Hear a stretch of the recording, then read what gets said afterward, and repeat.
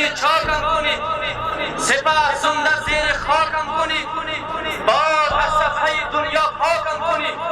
باز میگویم اسلام از دین من، دفاع از حزب اسلامی آیین من.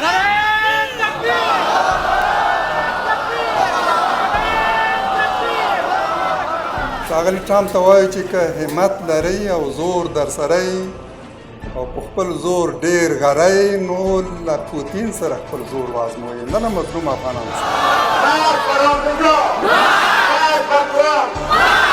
حزب اسلامي مصمم ده د سولې په ارتباط له هېڅ څه درېغه ونه کړي. که مجبور شو موږ په یوازې سر له طالبانو سره د سولې لار ورکړو.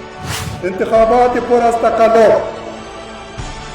جعلی، فریبنده و مورد پسند اجانب چون گذشته باعث تشدید بحران و جنگ خواهد شد. انشاءالله جلوی تقلب را میگیریم.